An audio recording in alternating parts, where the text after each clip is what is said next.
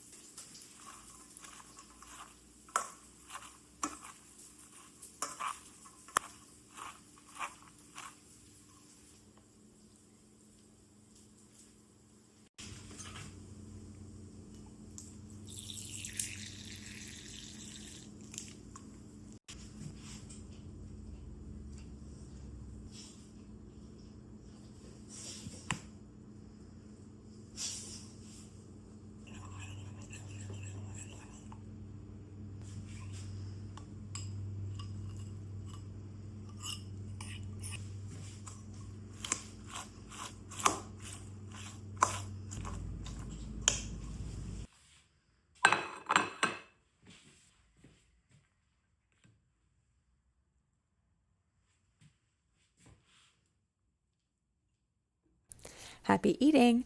Let me know in the comments what your favorite meal was when you were a kid.